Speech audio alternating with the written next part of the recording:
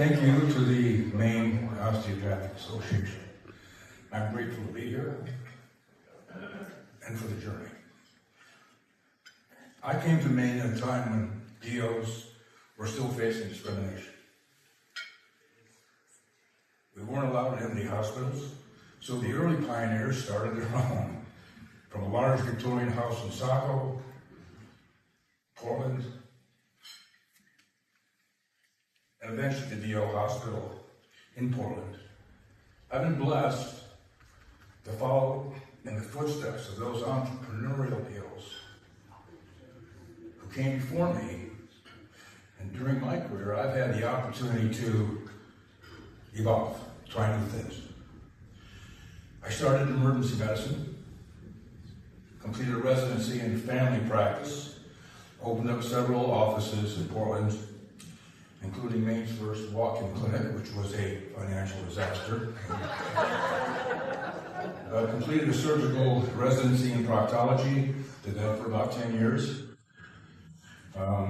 Became interested in laser technology at that time, and bought Maine's first laser initially for rectal in-office surgery, and eventually with my partner, Dr. Marie Atkins, we got involved into a very large, successful cosmetic aesthetic practice, which is still going today. As an aside, in those days, this was the 90s, we had to smuggle some drugs in from Canada to do that. You may have anybody heard of Botox?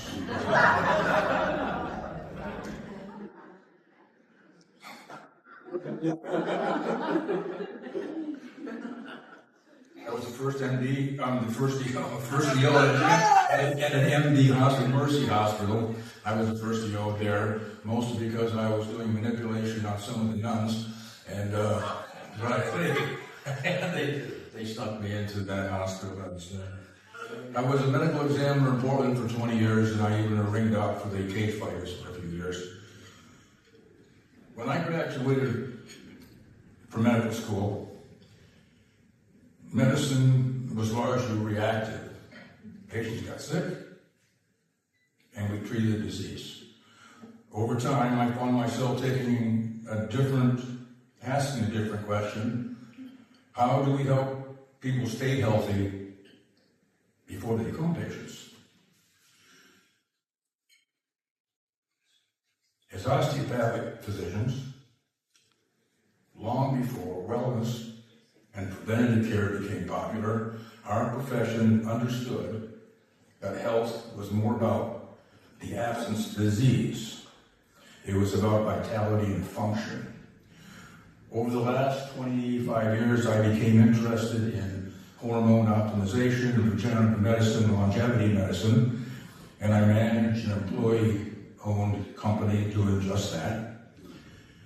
In the beginning, many of these ideas were viewed with skepticism, to say the least. But I saw patients whose quality of life improved dramatically, and I became convinced that helping people maintain health and vitality was just as important as treating disease. Looking back,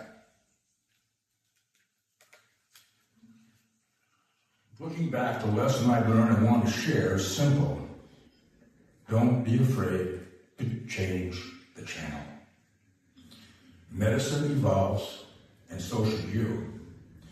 No matter where you are in your career, explore new ideas, challenge assumptions, take chances.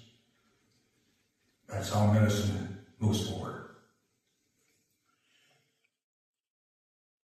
To my 3 daughters, my partners, my colleagues, friends, patients, and everyone who's been part of this journey, thank you.